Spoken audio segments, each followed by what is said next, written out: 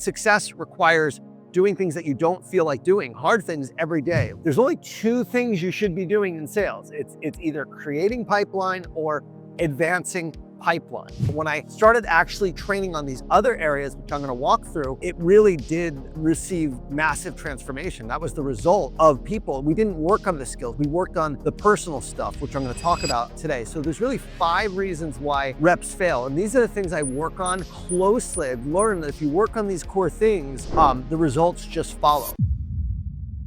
Hey everyone, Ian Koniak, and today I'm going to talk about the real reasons why tech sellers fail. And for context, I've coached over 700 sellers that have gone through my program. I've also was the dean of the enterprise sales school at Pavilion, and I've done a ton of trainings for a lot of corporations, including Salesforce and Xerox and SAP. And I've seen what works and what doesn't work. And a lot of people say the reason why tech sellers fail is because of territory, timing, and talent. And I'm here to tell you that's actually a load of shit. It's not true, okay? I've seen sellers that I've coached that have had a territory that hadn't produced anything, and then they went in there and they completely grew the territory from nothing to become the top seller. I've had people that have consistently performed year after year, regardless of whether the timing was COVID or economic uncertainty or what's going on right now with a lot of compression and companies wanting to use AI to do more with less, and they continue to perform regardless of the timing. The fact is that people who tend to get lucky over and over again are always working and are always consistent. And you can get lucky, but you have to actually be working to get lucky and finding the right opportunities and finding the timing. It's not like timing just happens. You have to be there to find the timing. And as far as talent, I know a ton of people with all the talent in the world, but they don't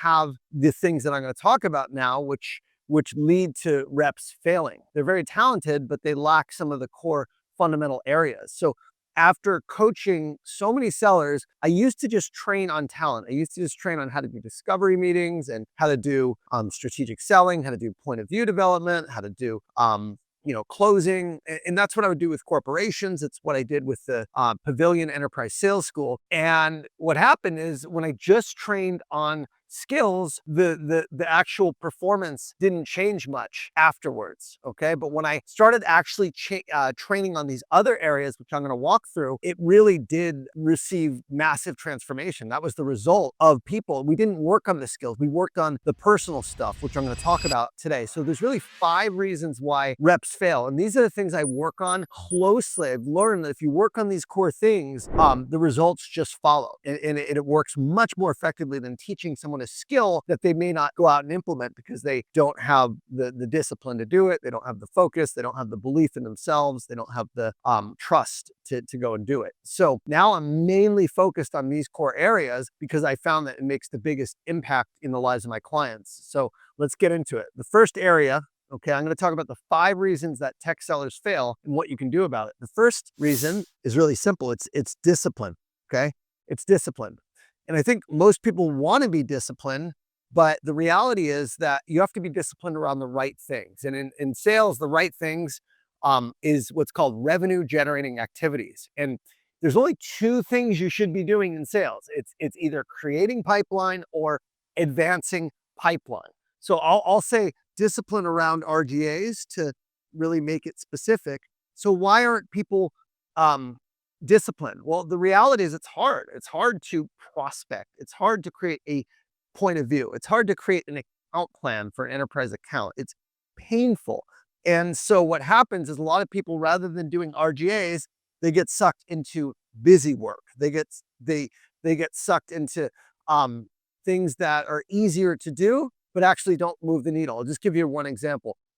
Prospecting is less than 75% effective if it's used on one channel. But many people, they just throw their prospects into a sequence and expect the sequence to do the work. The reality is when you combine a email with a phone call or with a video, the results are dramatically improved. A lot of people don't have the discipline around picking up the phone for prospecting or making a video that's personalized. They don't have the discipline around doing the research and understanding what a company's focused on or what an individual's focused on so they can tailor their messaging when prospecting. So it's not just the discipline to do the work, it's all the discipline of doing quality work that takes a little bit of time, okay? The second area of discipline is they're not consistent. So maybe they work really hard from Monday to Wednesday. Thursday, they're teetering out. By Friday, 2, 3 o'clock, they're checked out completely, right? The weekend starts. So they're not actually working a full day every day. And the final thing is that they just avoid doing things that feel really, really hard. Okay. And it's because it's hard. It wouldn't pay so much if it was easy. Anyone can do it. So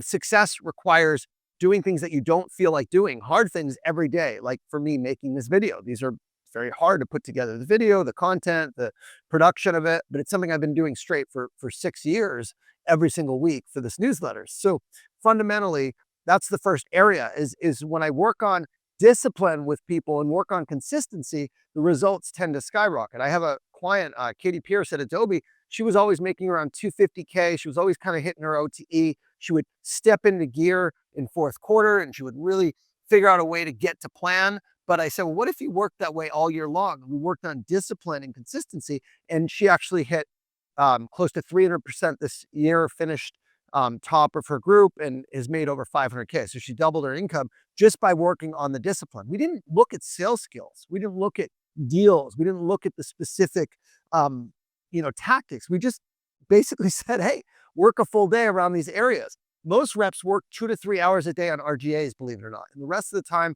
they're getting distracted easily. They're getting sucked into busy work. I get my clients going 4 to 6 hours. That's the goal we try to go to. So that's a key area is discipline. The second area is focus. Focus. And this is another big one. A lot of people, they get overwhelmed because they have a lot of demands coming in from their company. Hey, we want you to do this marketing campaign. We have this event. Hey, we want you to call these people. Hey, we want you to put up this activity into CRM. Hey, we have this campaign. And it's like they let all this noise impact what they're doing, and then their plans for the day completely get thrown off. And the reality is they have difficulty saying no. So what I do is I, again, work with people on how to say no and really focus on the things that matters most. And it does come down to, saying yes to RGAs and saying no to everything else. There's another thing going on with focus, which is more societal, which is we are right now in this crazy world of information where our phones, people pick it up, hundreds of times per day. If you go to screen time and you look at how many times you pick up your phone, just scroll all the way to the bottom, you can see your average per day. So a lot of people, when I work with them on like putting away things that give them dopamine, right? They actually learn to focus and to do deep work and to work a full day. So a lot of it's our brains. Our brains have been wired so we don't know how to focus because we get so distracted in the world of social media, in the world of your phones, in the world of information at your fingertips, where our brains just default to picking up our phones. So I work with my clients on, okay, where are you spending your time? We look at their screen time. We look at how many pickups they have. We look at what's taking their time. If they're not doing RGAs, what are they doing instead? And then we basically limit those things. So if you guys want to limit how much Instagram or, if you want to know what you're doing, go to your screen time, see how much time you're spending on apps, see how many pickups you have. And I recommend installing the tool Opal, which is a blocker that enables you to focus during the day. That's a big thing. You don't want to be getting distracted because of all these apps on your phone. So being able to close all that down, minimize your pickups is key.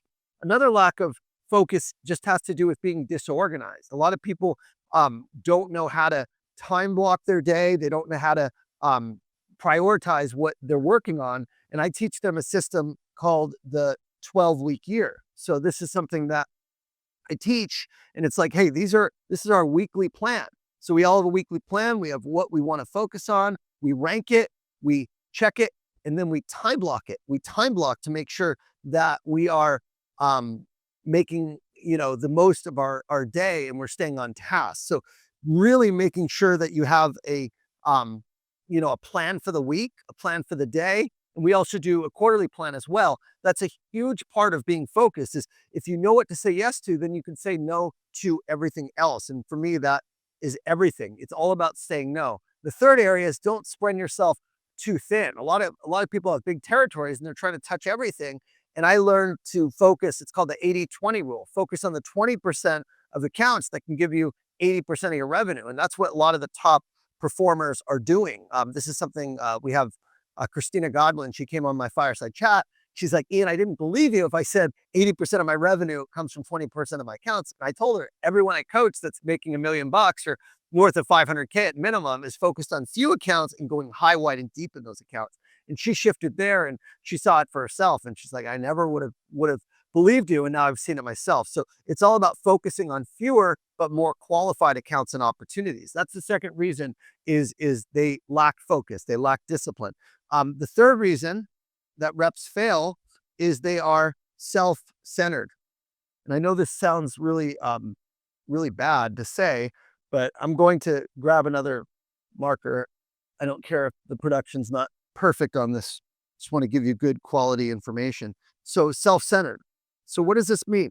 It's not that they're selfish. It's not that they're a bad person, but most of the time people are thinking about themselves. They're not thinking about their clients. They're not thinking about helping others succeed. So my philosophy and what I teach is if you can help enough people get what they want, you're going to get what you want. I've always been centered around, making sure my clients are successful. And because of that, our business has grown quite a bit. And that's what I teach people to do.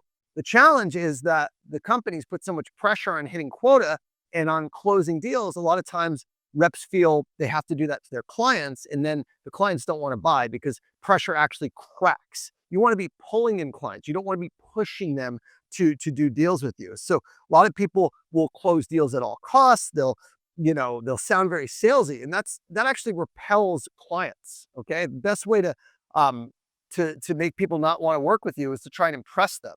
Okay. If you try and impress others, then you come across as braggadocious, self-centered, and it doesn't resonate. And the best way to leave a great impression is not trying to impress people. You have to be interested in others, not interesting in others. And so we teach shifting from inward to outward focus. There's so many people who come in with imposter syndrome, and imposter syndrome is just thinking about me, me, me. And if you're just focused on serving your clients, if you're just focused on being curious, on having conversations, on genuinely trying to understand what their goals are for the year, what their biggest challenges are for the year, and if you take the time to actually come up with a point of view on how and where you might be able to help them based on the research you've done in advance, it's amazing how clients receive that. Just having authentic conversations and having powerful conversations is very hard when you're trying to impress someone, when you're trying to get something from them in the meeting, trying to get a sale, trying to get a next step, right? It's not like the real way you sell is if you're detached from the outcome.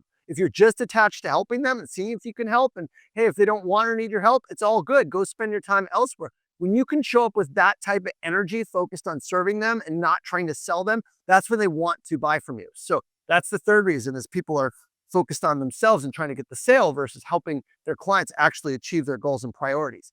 The fourth reason people fail is they don't have a plan. They literally don't know how to plan. Very few people have a quarterly plan.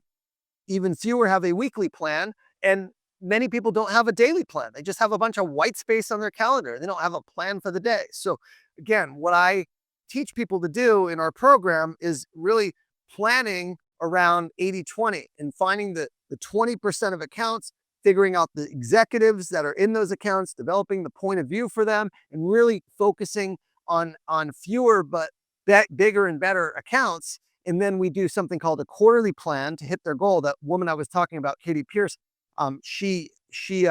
we put together a quarterly plan to sell 4 million. She ended up selling over 4 million in the quarter. And that's how she got such a big year. But we had it all planned out. Where was it coming from? Who is it?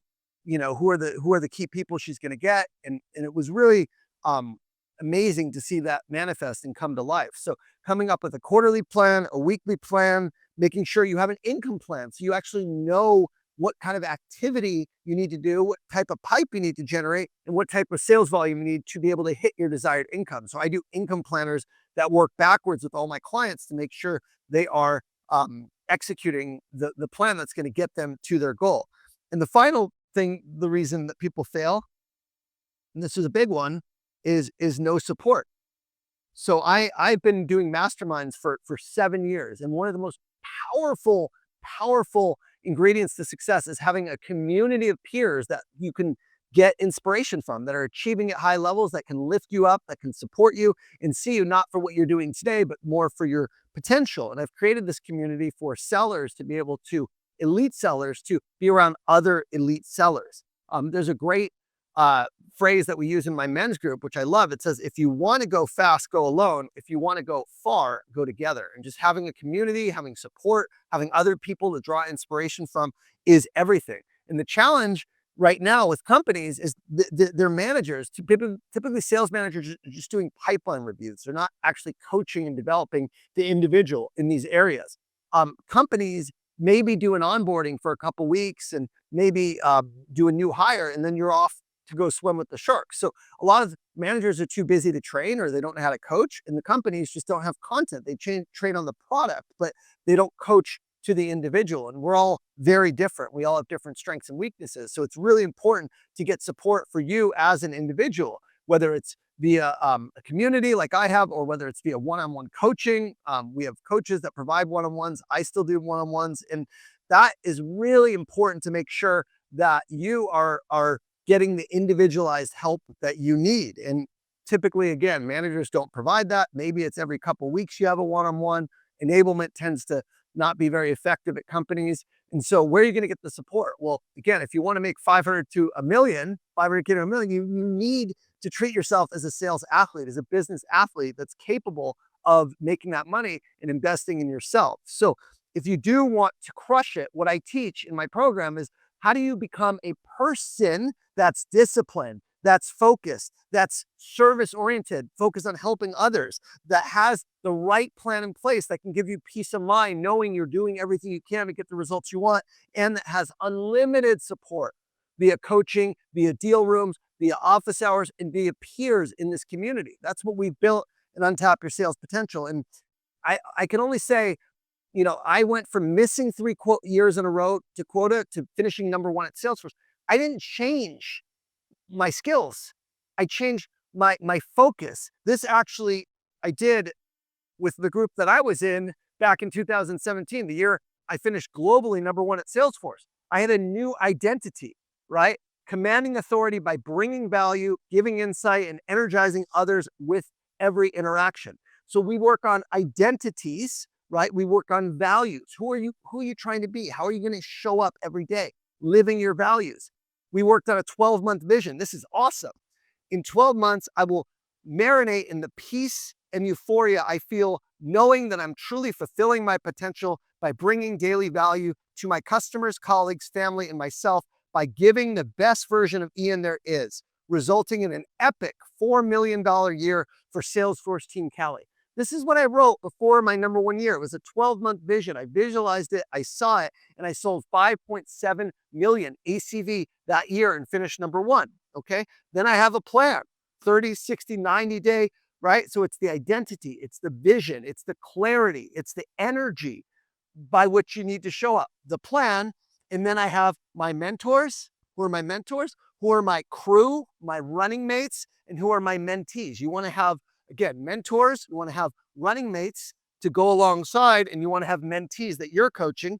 And I have energy standards. This is where I set up my morning routine and my exercise routine. And I've been doing it, again, 7 years straight. These are the things that top performers do. They manage their energy, they have clarity, they have the right plan, they have mentors, and they develop the skills. So I have my KPI commitments around RGAs, and I have my skill development around areas that I was going to master in terms of my influence. So that's how I got to #1. It wasn't just by going and learning more skills. It was by becoming a different version of myself that was grounded in these key areas. And that's what I train on right now. It's not just the skills. We certainly teach skills, but it's also the discipline, the focus, the clarity, the drive, the energy, the service mindset, and giving you the right plan in place. So if you're interested in working with us and really getting the resources and getting the support to be able to achieve your best, hey, if you were, if you're already there, great. But if you're not there, right, if you could have done it on your own by yourself, you already would have. So you have nothing to lose by trying to get help and seeing if it's a good fit. You can book a call with my team. We'll give you a free strategy call, share the areas that you're struggling with, and we'll help you out. And if you just want to, free training, we're doing a webinar on how to make Q4 your best ever. And I'm going to share the plan I used for Q4 to sell over $1 million in Q4, my last year at Salesforce. You can sign up for the webinar here in early November. And I'd love to see you there. I'd love to support you however I can. And good luck, good selling, and work on these things. And you'll see what happens in your life. Take care.